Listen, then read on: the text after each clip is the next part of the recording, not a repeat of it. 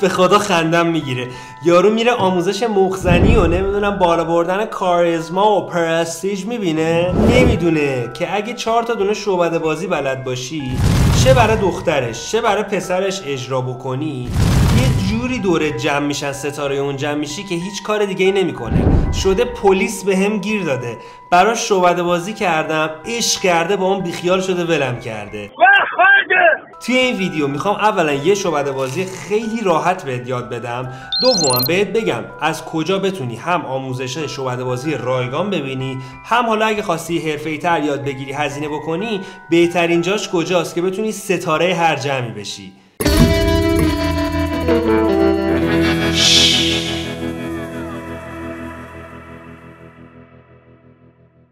سلام و درود رفقا، من بردیا هستم. تو این کانال، اونجا که گفتم رایگان یاد میگیری همینجاست. تو این کانال کلی بهتون شعبده بازی رایگان یاد دادم. پیج اینستاگرامم هم که دیدید دیگه 1 میلیون خورده فالوور دارم، اونجا هم کلی آموزش دم دستی داریم و همین اول ویدیو، همین اولش یادت نرفته. اگه دوست داری شعبده بازی یاد بگیری، مخزنی یاد بگیری، حالا مخزنی با شعبده یاد بگیری، بازی‌های مختلف پاسور یاد بگیری، ترفندهای پاسور یاد بگیری، راز شعبده بازی‌ها رو بفهمی، همین الان کانال داداشو سابسکرایب بکن، یه حالی به ما بده، لایک هم بزن و تو کامنت ها هر چی دوست داشتی، هر چی دوست داشتی یادت بدم و تو کامنت ها بنویس، رو چشم براتون آموزششو میذارم. بهتون قول دادم یه شعبده بازی اینجا یادتون بدم. ببینید یه مثال اول برات بزنم. این کشو ببینید، از رو به رو ببینید، یه دونه کش معمولیه، خدا وکیلی. ببین اینو من میندازم دوره این دو تا انگشتم، حله.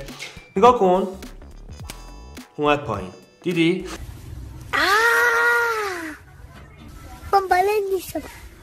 دوباره میخوای انجامش بدم، نگاه کن پایینه. دست رد شه، دستو باز کنی میاد بالا. همین یه دونه رو ناموسن واسه هر کی اجرا بکنی گیر میده، ناموسن رازش چیه.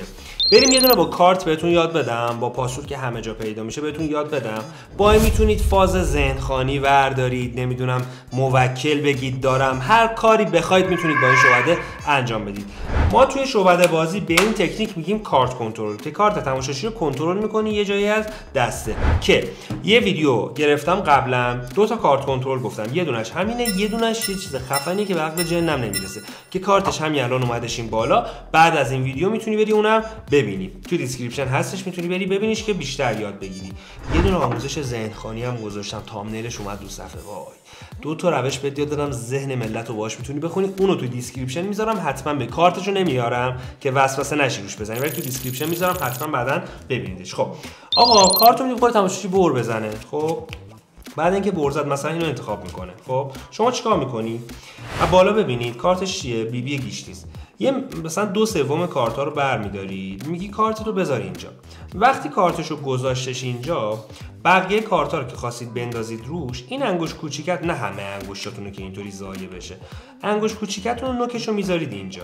خب چه اتفاقی میفته؟ از رو به روی چی معلوم نیست، ولی از زاویه خودمون اینجا یه دونه فاصله انداختیم. حالا چیکار میکنید؟ از این دسته بالایی 4-5 تا تیکه برمی‌دارید میذارید زمین، میگید که دارم کارتا رو یه ذره بر میزنم. آخرین دسته که میخواید بردارید از بالای همینجا باشه، یعنی از این شیار بگیرید بندازید و در نهایت دسته آخر رو بذارید روش. کل دسته آخر رو با هم. الان کارت تماشاچی بی بی گیش نیست اینجاست. خب حالا چیکار میکنید؟ مثلا میگید خب بذار من کارتتو ببینم میتونم پیدا کنم فلان و اینا، میرید رو جلو الکی رو کارتا، آخری که کارت تماشاچی رو میبینید بی بی گیش نیست. یه لحظه که دیدین دیگه فهمیدین کارتش چیه. بگی میخوای خودت هم بر بزنی، شرطش اینه که این مرحله رو سریع پیش برید، سریع کارت رو ببینید. ببین یه بار دیگه از اول بریم. کارت تماشاچی اینجاست، کلا باید سریع انجام بدید. میگی کارتتو بذاری اینجا، بقیه رو میذاری روش، سریع شروع کنید کارت زدن کارتا.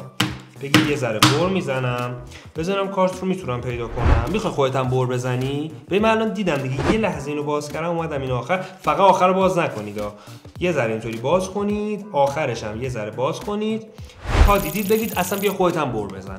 الان دیگه کارت طرفو دارید، حالا میتونید پیداش کنید، همون لحظه در بیارید، خودش بر بزنه، بعد اینطوری در بیارید. 1000 تا کار میشه کرد. مثلا بهش بگی به کارتت فکر کن، ذهنشو بخونی، بگو در گوش اون یکی بگو، اون یکی به اون یکی بگه، بعد تو ذهن اونو بخونی. خیلی کارا میشه کرد. خب رفقا بریم ببینیم اگه میخوای حالا شعبده بازی حرفه‌ای یاد بگیری چیکار بکنی. یه مرجعش که همین کانال خودمه، همین یوتیوبم و اینستاگرامم هستش که توی دیسکریپشن آیدی اینستام هم میذارم. مرجع دومی که میتونی یاد بگیری، من سایت دارم، آیدی سایت هم که bardiamagic.com از رو صفحه میاد، تو دیسکریپشن هم لینکشو براتون میذارم که البته اگه خواستید ببینیدش ترجیحاً فیلتر چکنتون رو خاموش بکنید که سایت روون‌تر بیاد بالا. اونجا هم آموزش رایگان دارم که معمولا رایگانه اونور و اینورم یاد دادم تو همین یوتیوب. اگر خواستید هزینه کنید، ببین هیچ چیز با ارزشی رایگان نیستش. خب من آیتمایی که میبینم، اونایی که حالا معمولیه به درد عموم میخوره رو اینجا رایگان میذارم. اونایی که خیلی حرفه‌ای یا آیتمای جدیدیه که اصلا تو دنیا اومده رو من یا خودم آموزش رو گرفتم یا دادم تیمم دوبله فارسی کردن و داخل سایت هم گذاشتم که با یه مبلغ خیلی مناسب. اکثر دوره‌ها تخفیف‌های خیلی سنگین داره، میتونید تهیه بکنید و اونا دیگه آیتماییه که دیگه خیلی حرفه‌ایه و خب اصلا هیچ کس بلد نیست و خیلی سطح و لولشون بالا هستش. میتونید امتحان بکنید. حالا کلا برید سایت رو ببینید، کلی هم محصولات شعبده بازی، دسته کارت و پاسور و اینا تو سایت داریم، وسایل شعبده بازی داریم و آموزش‌های شعبده بازی.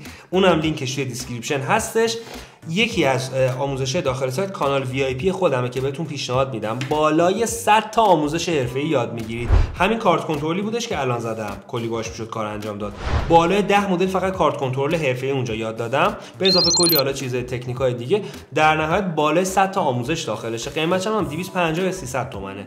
اونو از دست ندید. اونجا خیلی تعداد آموزش زیاده. جا به اندازه کانال VIP خود من آموزش دریافت نمی‌کنید با این قیمتا. آقا دمتون گرم. متشکرم که این ویدیو رو تا آخر نگاه کردید. لایک رو بزنید، سابسکرایب یادتون نره، ویدیوهای دیسکریپشن رو ببینید، یه دونه ویدیو هم میادش اینجا. دمتون گرم.